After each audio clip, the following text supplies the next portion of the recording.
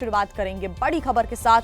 बिहार से मिल रही है, जहां के नवादा में दुकान पर फायरिंग हो गई। बाइक सवार अपराधियों ने इस फायरिंग की वारदात को अंजाम दिया है। लूटपाट करने से रोकने पर व्यवसायी पर ये हमला कर दिया गया। तो बड़ी खबर इस वक्त हम आपको बता रही हैं, बिहार में अपराध थमने का नाम नहीं ले रहा है और अब एक बार फिर से एक व्यापारी पर हमले की जानकारी मिल रही है। दरअसल ये जो बदमाश हैं वो लूटपाट के इरादे से अंदर घुसने की कोशिश कर रहे थे और जैसे ही इस व्यापारी ने उन्हें रोकने का प्रयास किया तो इन हमलावरों ने व्यवसायी को अपना निशाना बनाया और इस व्यापारी पर हमला बोल दिया, गोली से घायल कर दिया। सीसीटीवी कैमरे में ये पूरी जो घटना है वो रिकॉर्ड हो गई है। तस्वीरें आप देख रहे हैं, बिहार के नवादा की तस्वीरें हैं। दुकान पर गोलीबारी का जो ये पूरा सीसीटीवी फुटेज सामने आया है। पुलिस पूरे मामले की जांच कर रही है और देखिए एक साथ कई बदमाश यहां पर नजर आ रहे हैं। सभी के हाथ में तमंचा नजर आ रहा है, बंदूक नजर आ रही है। 2 बाइकों पर सवार होकर ये 5 से 6 बदमाश नजर आ रहे हैं जो कि दुकान के अंदर एंट्री लेते हैं और वहां पर लूटपाट करने की कोशिश करते हैं। फिल्मी स्टाइल में इस पूरी वारदात को अंजाम दिया गया और ये पहुंचते हैं दुकान पर, बाहर तमंचा लहराते हुए बाहर से ही अंदर जाते हैं और उसके बाद बाहर निकलते हुए भी गोलीबारी करते हुए, फायरिंग करते हुए यहां से फरार हो गए। फिल्मी स्टाइल में पूरी वारदात को ये अंजाम दिया गया है। और बिहार में एक बार फिर से ये जो घटना सामने आई है, लगातार इस महीने की ये कई घटनाओं में से एक, जब व्यापारी पर हमला किया गया, गोली से सरेआम ये गोली चलाई गई है। और देखिए बाहर मौजूद जो बाइक सवार है वो इस फिराक में कि तुरंत यहां से फरार हो सके। और एक बार फिर से बिहार में इस घटना के सामने आने के बाद कानून व्यवस्था पर सवाल उठ रहे हैं। और अब एक और बड़ी खबर बिहार में राघोपुर से मिल रही है, जहां पे कई राउंड फायरिंग की गई है। 2 लोगों को गोली लगी है जिनका अस्पताल में इलाज चल रहा है। जमीन विवाद में फायरिंग की आशंका व्यक्त की जा रही है। तेजस्वी यादव का चुनावी क्षेत्र है राघोपुर, जहां पर इस वारदात को अंजाम दिया गया है। ये वारदात सामने आई है राघोपुर से, जहां पर कई राउंड फायरिंग हुई है। 2 लोगों को गोली लगी है जिनका अस्पताल में इलाज चल रहा है। ये जो पूरा विवाद है वो जमीन से जुड़ा हुआ बताया जा रहा है।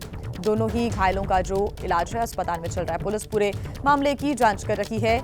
राघोपुर जो कि तेजस्वी यादव का चुनावी क्षेत्र भी है।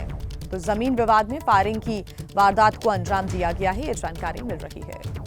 और आइए अब खबरों में आगे बढ़ते हैं। मुंबई पुणे एक्सप्रेसवे पर भीषण हादसा हो गया। यहां से दरअसल गुजर रहे एक ट्रेलर का ब्रेक फेल हो गया था, जिसके बाद ट्रेलर ने एक के बाद एक 25 से ज्यादा गाड़ियों को टक्कर मार दी।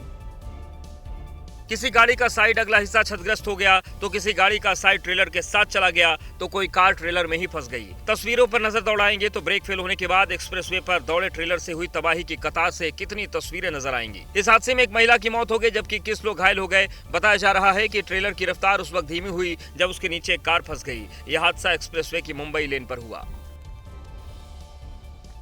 हरियाणा की बात कर लेते हैं। हरियाणा के सोनीपत में तेज रफ्तार थार का कहर देखने को मिला।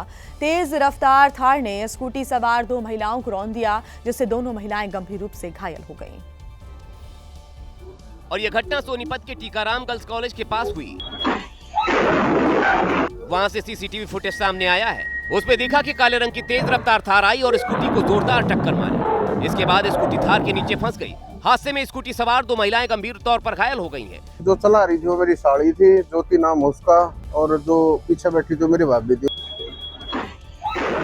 परिजनों के मुताबिक थार को सागर सांगवान नाम का व्यक्ति चला रहा था और थार पर सत्ताधारी पार्टी का झंडा भी लगा है।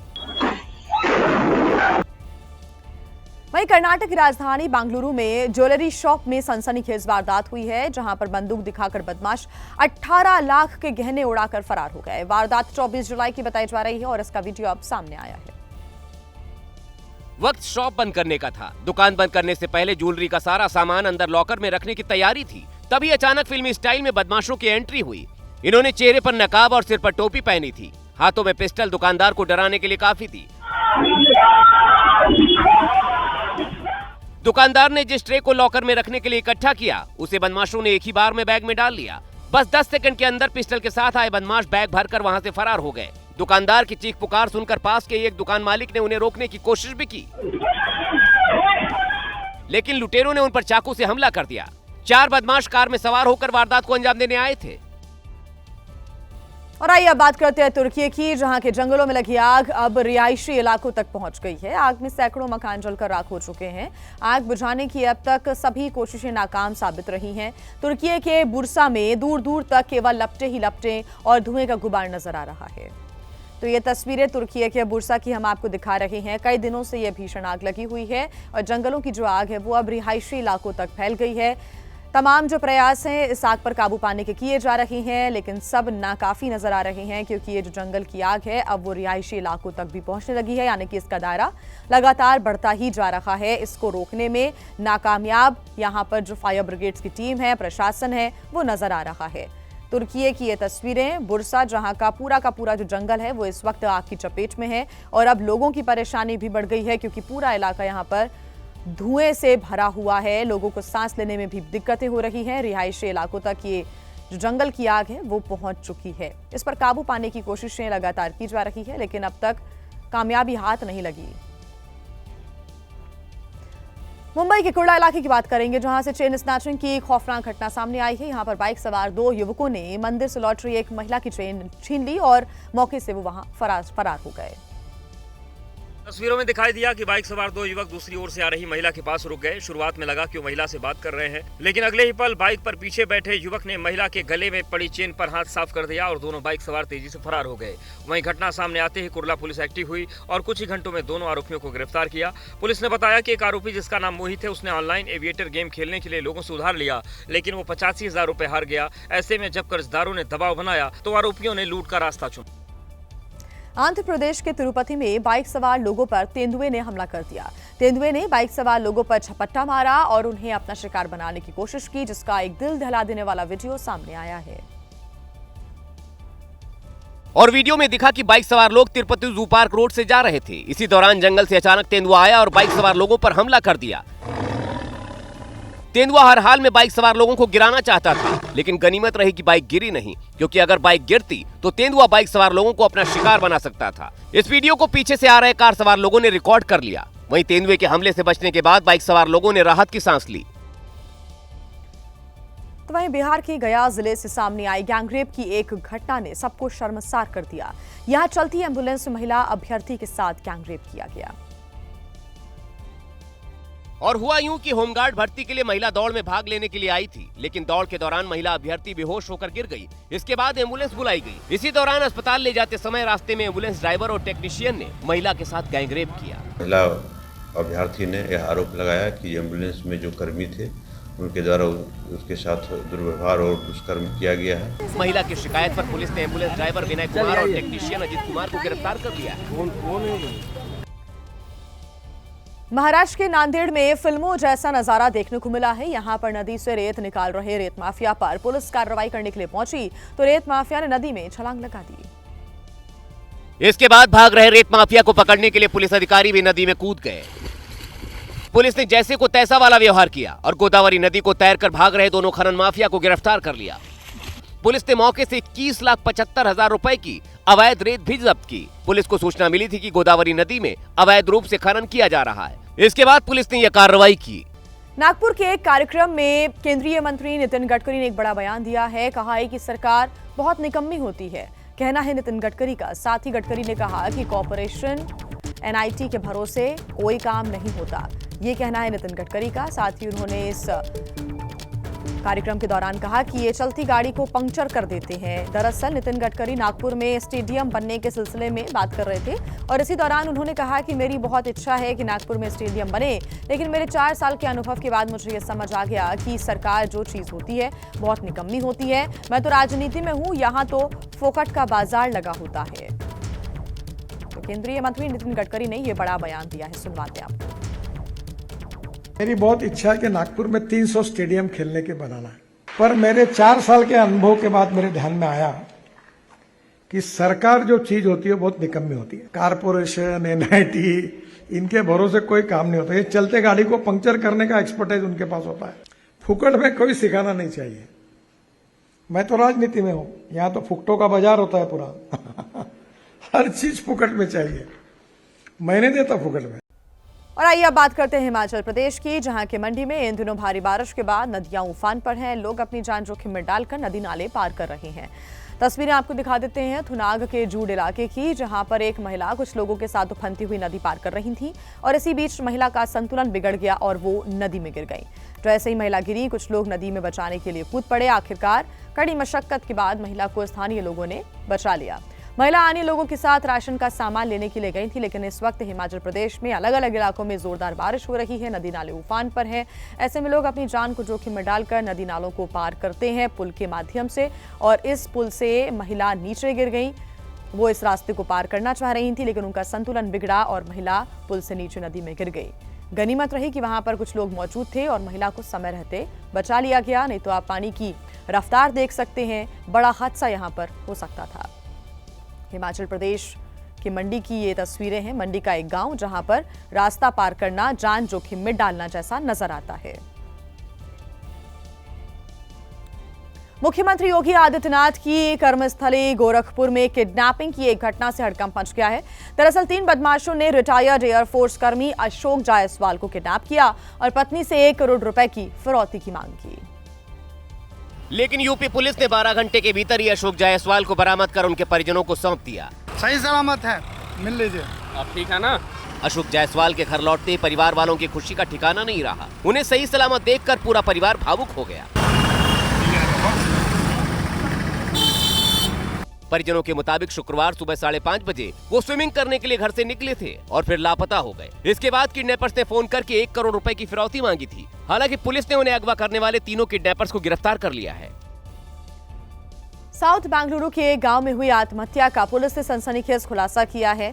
गहरी जांच पड़ताल के बाद पुलिस को समझ में आ गया कि ये कोई आम आत्महत्या नहीं, बल्कि एक सोच समझकर की गई हत्या थी। इस हत्या का सूत्रधार कोई और नहीं बल्कि मृतक पत्नी चंद्रलेखा ही निकली, जिसने अपने प्रेमी के साथ मिलकर पहले अपने पति की हत्या की साजिश रची और फिर सुपारी देकर मार डाला। यही नहीं, अगले दिन चंद्रलेखा मीडिया के सामने आई, रो रो कर सुसाइड वाली थ्योरी समझाने लगी ताकि लोगों को यकीन हो जाए कि पति ने आत्महत्या की है। दरअसल पुलिस को 23 जून को एमके दोड्डी गांव में पूर्व पंचायत अध्यक्ष लोकेश की लाश मिली थी। लाश को सुसाइड दिखाने के लिए बाकायदा जहर की शीशी प्लांट की गई। शुरुआती तौर पर पुलिस को यह मामला आत्महत्या का लगा, लेकिन पुलिस को शुरू से ही कुछ बातें संदिग्ध लग रही थी। मसलन मौके पर जहर की शीशी का ढक्कन नहीं मिला और लोकेश के एक पैर में ही चप्पल थी। ये छोटी मगर अहम बातें पुलिस को सोचने पर मजबूर कर रही थी। पुलिस ने जब इलाके के सीसीटीवी फुटेज खंगाले तो बड़ा खुलासा हुआ। लोकेश की मौत से कुछ देर पहले एक काली कार उसका पीछा कर रही थी। मोबाइल टावर डेटा से पता चला कि घटना के वक्त एक युवक योगेश का मोबाइल भी उसी इलाके में एक्टिव था। जांच में सामने आया कि योगेश पिछले 2 महीने से चंद्रलेखा के संपर्क में था और दोनों एक दूसरे से मिलते थे। पुलिस ने जब सख्ती से पूछताछ की तो हत्या का राज खुल गया। पुलिस ने पत्नी चंद्रलेखा, प्रेमी योगेश और हत्या करने वाले तीनों आरोपियों को गिरफ्तार कर लिया। यूपी के मुरादाबाद की बात करेंगे, जहां पर कबाड़ के गोदाम में अचानक से आग लग गई। फायर ब्रिगेड की गाड़ी जब तक पहुंचती पूरा गोदाम जलकर राख हो चुका था। जैसे ही आग लगी, चीख पुकार मच गई। लोग अपनी जान बचाने के लिए इधर उधर भागने लगे। ये सभी लोग गोदाम के कर्मचारी थे जो उस वक्त अंदर सो रहे थे। स्थानीय लोगों ने इसे बुझाने की कोशिश की, लेकिन कोई तरकीब काम नहीं आई। हालांकि फायर ब्रिगेड की गाड़ियां पहुंची, लेकिन तब तक काफी देर हो चुकी थी। लोगों का आरोप है कि फायर ब्रिगेड 2 घंटे की देरी से पहुंचा। रक्षा क्षेत्र में भारत को एक बड़ी उपलब्धि हासिल हुई है। अब मिसाइल को विमान ही नहीं, ड्रोन से भी फायर किया जा सकेगा। जी हां, शुक्रवार को डीआरडीओ ने आंध्र प्रदेश के कुर्नूल टेस्टिंग ड्रोन से लॉन्च होने वाली मिसाइल का सफल परीक्षण भी किया। टेस्टिंग के दौरान हवा में उड़ान भर रहे ड्रोन ने एक निश्चित ऊंचाई से मिसाइल को फायर किया, जिसने कुछ ही सेकंड में अपने टारगेट को नष्ट कर दिया। हालांकि ड्रोन से दागी गई मिसाइल विमान से फायर होने वाली मिसाइल से बिल्कुल अलग है। ड्रोन के लिए प्रिसिशन गाइडेड मिसाइल विकसित की गई है। इसे ULPGM V3 नाम दिया गया है। ये मिसाइल ड्रोन के जरिए दिन या रात किसी भी मौसम में फायर कर सकती है और पलक झपकते ही दुश्मन को मिट्टी में मिला सकती है। इसका कुल वजन 12.5 किलोग्राम है। वही ड्रोन से मिसाइल को लॉन्च करने की सफलता पर रक्षा मंत्री राजनाथ सिंह ने DRDO को बधाई दी है। हापुड़ की बात करेंगे। यहाँ के बाबूगढ़ थाना क्षेत्र में एक सरकारी स्कूल की छत का प्लास्टर अचानक से नीचे गिर गया, जिससे स्कूल में अफरा तफरी का माहौल नजर आया। यह हादसा उस वक्त हुआ जब क्लास चल रही थी। तस्वीरें हापुड़ के भमेड़ा गांव की हैं, जहां प्राथमिक विद्यालय की छत से प्लास्टर का बड़ा हिस्सा नीचे गिरा, जिसकी चपेट में आने से 4 बच्चों को चोट आई। घायल बच्चों को तुरंत इलाज के लिए अस्पताल ले जाया गया। वहीं घटना की जानकारी मिलते ही बड़े अधिकारी मौके पर पहुंचे और स्कूल का मुआयना किया। स्कूल को जो है पास के सुरक्षित भवन में शिफ्ट कराया गया है। जिलाधिकारी महोदय के द्वारा उप जिलाधिकारी हापुड़ को 15 दिवस में स्कूल की पूर्ण मरम्मत हेतु निर्देशित कर दिया गया। ग्रामीणों का दावा है कि स्कूल की छत लंबे वक्त से जर्जर है, लेकिन कई बार शिकायत के बाद भी प्रशासन ने इस ओर ध्यान नहीं दिया। मध्य प्रदेश के टीकमगढ़ में पुल निर्माण में प्रशासन की लापरवाही और पुल बना रहे ठेकेदार की हीला हवाली ने ग्रामीणों को जान जोखिम में डालने के लिए मजबूर कर दिया है। टीवी स्क्रीन पर दिख रही तस्वीरों के एक एक फ्रेम पर गौर कीजिए। आखिर आधे अधूरे पुल से होकर नदी को पार करने के लिए ग्रामीणों को क्या कुछ नहीं करना पड़ रहा है।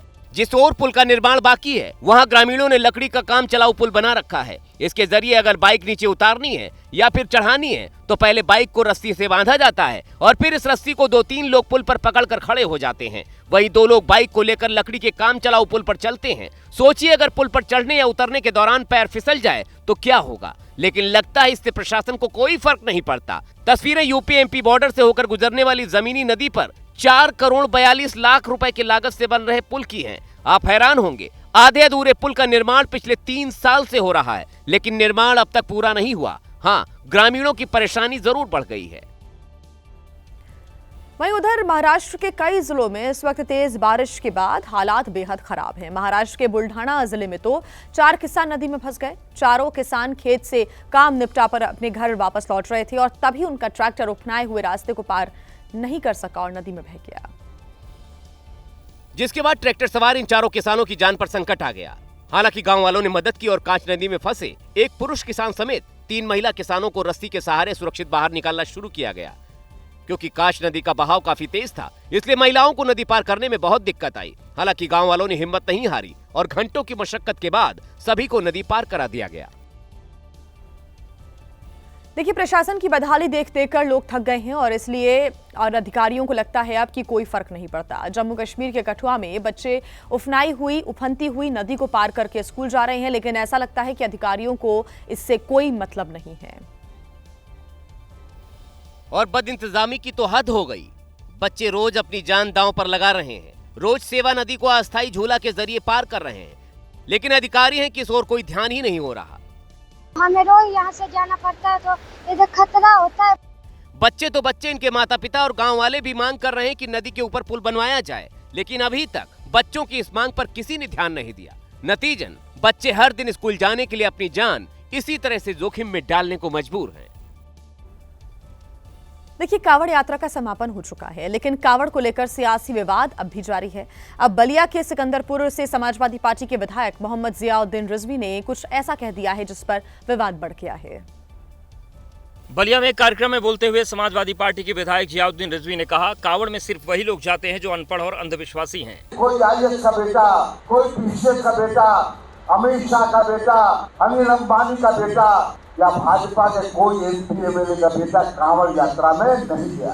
वही मोहम्मद जियाउद्दीन रिजवी का बयान सामने आया तो यूपी की बीजेपी सरकार में मंत्री दयाशंकर सिंह ने प्रतिक्रिया दी, वो भी बेहद दिलचस्प अंदाज में। देखिए, शिव भक्त बनने के लिए पढ़ाई लिखाई की जरूरत नहीं होती है। शिव भक्त जो है कोई भी व्यक्ति बन सकता है। फिलहाल इस मुद्दे पर सियासत का पारा चढ़ने लगा है। देखिए, सड़क पर गूगल मैप्स के सहारे चलने वाले कार चालकों को जरा सावधान करने वाली एक खबर हम आपको नवी मुंबई से बता दें। गूगल मैप के चक्कर में एक बार फिर एक हादसा हो गया है। देर रात एक महिला की कार नाले में गिर गई और तेजी से पानी में बहने लगी, लेकिन उसी वक्त कार को नाले में गिरते हुए मरीन सिक्योरिटी पुलिस के जवानों ने सीसीटीवी में देख लिया था। वो तुरंत मौके पर पहुंचे और नाले में बहती कार और उसमें सवार महिला को निकालने में जुट गए।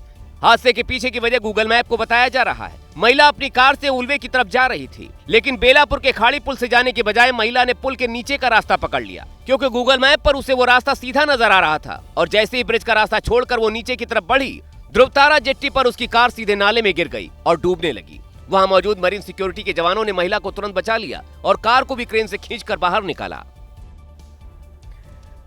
राजस्थान के उदयपुर में पैसिफिक डेंटल कॉलेज की एक छात्रा ने खुदकुशी कर ली। आत्महत्या से पहले सुसाइड नोट में उसने कॉलेज प्रशासन पर गंभीर आरोप लगाए थे। खुदकुशी की वजह सामने आने के बाद छात्र छात्राओं में नाराजगी है, आक्रोश है। जम्मू की रहने वाली Shweta Singh BDS final year की छात्रा थी।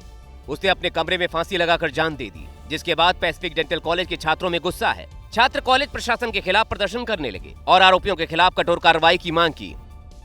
कमरे से मिले सुसाइड नोट पे श्वेता सिंह ने माही मैम और भागवत सर को खुदकुशी के लिए जिम्मेदार ठहराया। दोनों पर 2 साल से मानसिक रूप से प्रताड़ित करने का आरोप लगाया। श्वेता ने माही मैम और भागवत सर पर करियर बर्बाद करने के भी आरोप लगाए। और कई वजहों का जिक्र करते हुए उसने फांसी लगाकर जान दे दी। छात्रा की मौत पर हंगामा होने के बाद अब प्रशासन छात्रों की समस्या दूर करने का दावा कर रहा है और आरोपियों के खिलाफ एक्शन की बात कही जा रही है।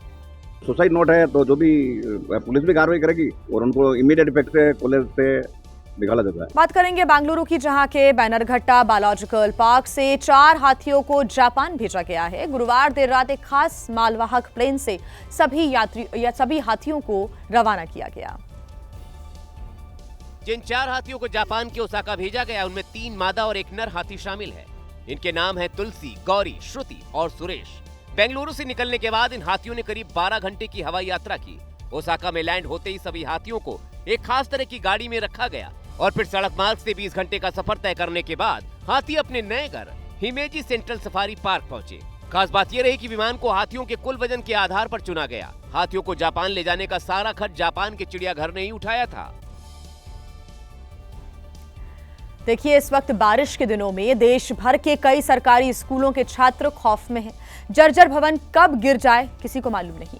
राजस्थान के झालावाड़ के बाद सिरोही से भी एक प्राइमरी स्कूल का वीडियो सामने आया है, जिसमें स्कूल की छत का प्लास्टर जमीन पर गिरा हुआ दिखाई दिया। स्कूल के बरामदे की छत हो या कमरे की छत, जिधर भी नजर दौड़ाएंगे प्लास्टर की हकीकत सामने आ जाएगी। ये स्कूल आबू रोड के पांडुरी बंजारा फली में है। बताया जा रहा है कि अचानक छत का प्लास्टर गिरने से यहाँ हड़कंप मच गया। गनीमत रही कि प्लास्टर छात्रों पर नहीं गिरा। इस हादसे में यहाँ बैठकर पढ़ाई कर रहे छात्र बाल बाल बच गए। इस स्कूल के 2 कमरे पहले से ही जर्जर हैं। इसके बारे में कई बार अधिकारियों को बताया गया, लेकिन कोई संज्ञान नहीं लिया गया। लगता है यहाँ भी झालावाड़ की तरह किसी हादसे का इंतजार है। देखिए, राजस्थान के झालावाड़ में स्कूल हादसे के बाद एबीपी न्यूज की टीम ग्राउंड जीरो पर पहुंची तो वहां पर सब कुछ तहस नहस नजर आया। उस स्कूल में पढ़ने वाले छात्रों और कुक ने एबीपी न्यूज से स्कूल की हकीकत बयां की। इसी स्कूल के मलबे में दबकर 7 बच्चों ने दम तोड़ दिया था। वहां पर सिर्फ बर्बादी के निशान बचे हैं। हादसे के शिकार छात्रों की किताबें अभी भी दबी हुई हैं। ये स्कूल का कैंपस था, अंदरूनी हिस्सा था। पीछे की तरफ 2 कमरे थे। ये जो बाईं तरफ का हिस्सा आप देख रहे हैं, टीचर्स ने सारे बच्चों को इसी क्लासरूम में बिठा दिया था। जो छात्र मौत को मात देकर बच गए, उनमें से कई छात्रों से एबीपी न्यूज की टीम ने बात की। एक छात्रा ने एबीपी न्यूज को बताया, सबसे पहले हमने मीना मैडम से और जावेद जी सर से कहा कि सर क्लास में पत्थर गिर रहे हैं, हमको बाहर जाने दो। आरोप है कि छात्रों की बातों पर शिक्षकों ने ध्यान नहीं दिया, जलेबी खाते रहे और शिकायत करने वाले छात्र को डांटकर कमरे में ही बैठा दिया। अगर उनकी बात सुन ली गई होती तो हादसे के शिकार बच्चे आज जिंदा होते। राजस्थान में जर्जर स्कूलों के लिए 211 करोड़ रुपए का फंड दिया गया था, लेकिन किसी ने मरम्मत कराने की कोशिश नहीं की और जब 7 बच्चे काल के गाल में समा गए तो माननीयों के लिए अस्पताल तक जाने के लिए कुछ ही घंटों के अंदर रोड बना दी गई, ताकि सांसद, विधायक, मंत्री जी को घायल बच्चों को देखने के लिए आते जाते वक्त कोई परेशानी ना हो। हादसे के बाद एक और अस्पताल में छात्र दम तोड़ रहे थे तो दूसरी ओर अस्पताल तक जाने वाली इस सड़क को आनन फानन में बनाया जा रहा था। देख सकते हैं कि ये जो रोड है ये नेताओं और मंत्रियों के लिए आने के लिए रोड बना दिया गया, यानी कि एक ही दिन में हाथों हाथ ही रोड बना दिया गया। लेकिन जो बच्चे एक जर्जर भवन में और खंडर में पढ़ रहे थे तो उनकी मांग को कभी जिला प्रशासन या शिक्षा विभाग ने उसको पूरा नहीं किया गया, जबकि निर्देश जर्जर स्कूलों को ठीक करने का था। लेकिन विभाग में पेंडिंग रह गई फाइलों की वजह से इस स्कूल की इमारत न सिर्फ टूटकर खंडर में तब्दील हो गई बल्कि बच्चों की मौत की भी वजह बन गई। और इस बीच एक बड़ी खबर मिल रही है। अमेरिकन एयरलाइंस की विमान संख्या 3023 में आग लगी। विमान की टायर में आग लगने के बाद इमरजेंसी लैंडिंग कराई गई है। यात्रियों और चालक दल के सदस्यों को सुरक्षित इस विमान से बाहर निकाला गया। इस विमान में 173 यात्री और चालक दल के 6 सदस्य मौजूद थे। अचानक से इसके टायर में आग लगी और इसकी इमरजेंसी लैंडिंग करानी पड़ी। यहां पर इमरजेंसी गेट खोला गया। इमरजेंसी लैंडिंग के बाद सभी सुरक्षित हैं, ये बताया जा रहा है। सभी यात्रियों को बाहर निकाला गया और जो क्रू मेंबर्स हैं उनको भी सुरक्षित बाहर निकाला गया है। लेकिन ये आप तस्वीरें भी देख रहे हैं कैसे अफरा तफरी का भी माहौल नजर आया, लोग पैनिक भी नजर आए। अमेरिकन एयरलाइंस की विमान संख्या 3023 यानी कि 3023 में यह आग लगी थी। विमान के टायर में आग लगने के बाद इमरजेंसी लैंडिंग कराई गई। टायर यानी कि जो लैंडिंग गियर होता है उसमें आग लगी, जिसके बाद विमान को रोका गया और सभी यात्रियों को बाहर निकाला गया। जो इमरजेंसी गेट होते हैं उनको खोलकर सीधे यात्रियों को रनवे पर उतारा गया। ये तस्वीरें हम आपको रनवे की ही दिखा रहे हैं। अमेरिकन एयरलाइंस बताया जा रहा है, जिसमें ये दुर्घटना हुई है, जिसमें ये आग लगी है। हालांकि गनीमत रही कि समय रहते कदम उठाए गए और सभी यात्रियों को सुरक्षित बाहर निकाल लिया गया और क्रू मेंबर्स भी सभी सुरक्षित बताए जा रहे हैं। तो अचानक से जब लैंडिंग गियर में यानी कि टायर में आग लगी, अफरा तफरी का माहौल नजर आया, धुआं उठता हुआ दिखा और सभी यात्रियों को बाहर निकाला गया। राहत की बात है कि सभी यात्री और क्रू मेंबर्स सुरक्षित हैं।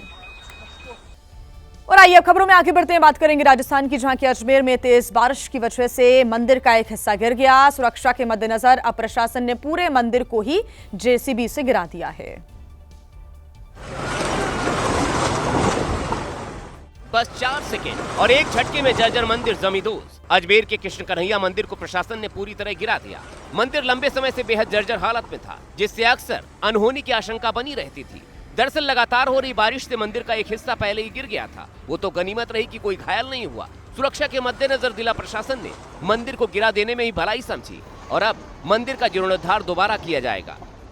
उत्तर प्रदेश के हमीरपुर से एक चौंका देने वाली खबर सामने आई है, जहां पर दुल्हन शादी के दूसरे दिन ही नकदी और जेवर लेकर फरार हो गई। दुल्हन के फरार होने की बात से पूरे गांव में सनसनी फैल गई।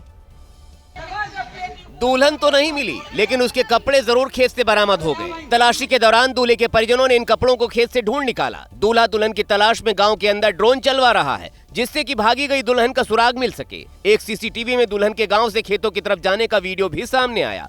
पीड़ित परिवार दुल्हन को शादी के लिए 90,000 रुपए देकर लाया था, लेकिन वो शादी के दूसरे ही दिन 80,000 रुपए के गहने और 50,000 रुपए लेकर रफू चक्कर हो गई।